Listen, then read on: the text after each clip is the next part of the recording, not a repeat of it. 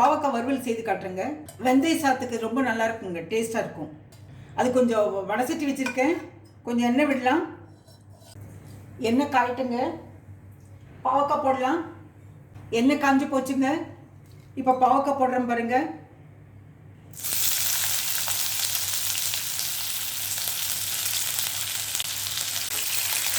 எண்ணெயில் நல்லா இது வதக்கிடலாங்க.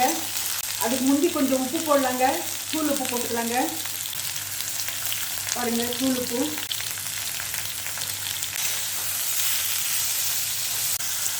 கட்டி வச்சுருக்க பூண்டு போடலாங்க.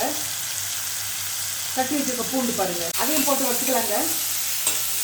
மஞ்சள் தூள் கொஞ்சம் போட்டுக்கலாங்க. பாருங்கள், மஞ்சள் தூள் அதையும் வதக்கிடலாங்க. இப்போ கொஞ்சம் வரமிளகா பொடி போட்டுக்கலாங்க.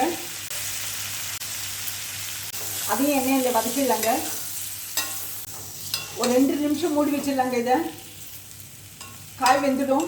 அப்புறமா எடுத்து வறுவல், அதை அப்படியே வறுவல் முறுமுறுன்னு செய்திடலாங்க. எண்ணெயில் வறுத்து ஸ்லோவில் வச்சு மூடி வச்சிடலாங்க.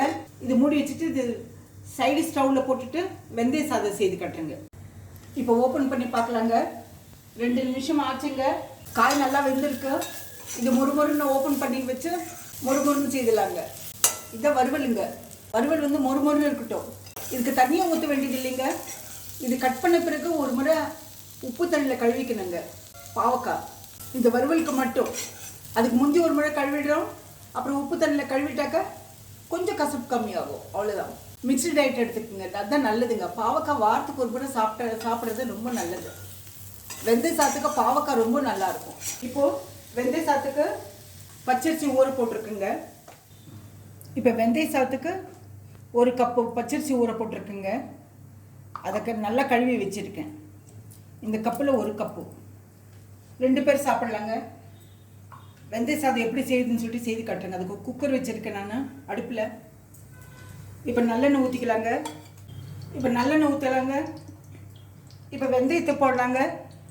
எண்ணெய் காஞ்ச உடனே வெந்தயம் போடலாங்க. ஒரு 1.5 ஸ்பூன் போட்டுக்கலாங்க. சின்ன ஸ்பூன்ன்றதுனால 2 ஸ்பூன் போடுறேன்.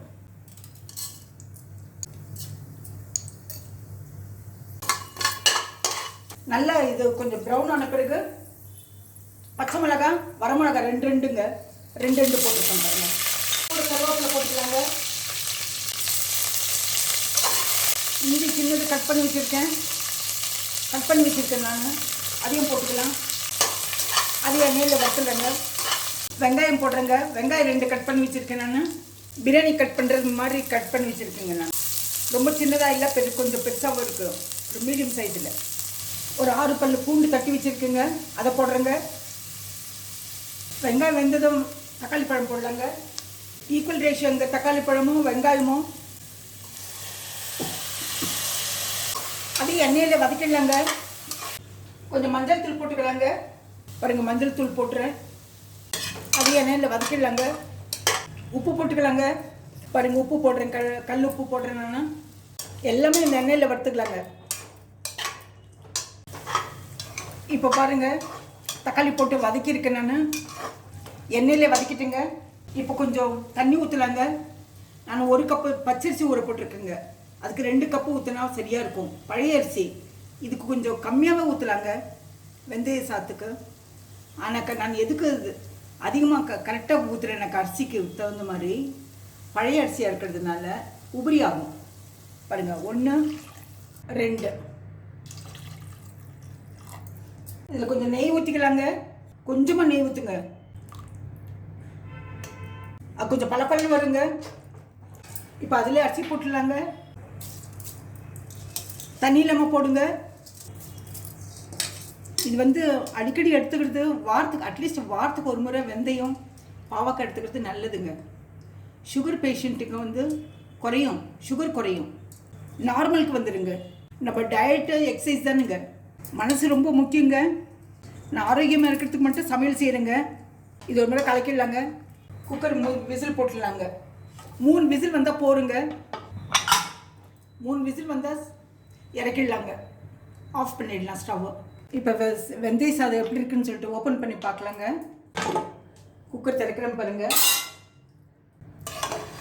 பார்த்தீங்களா, பழப்பழம் நல்லா இருக்குது.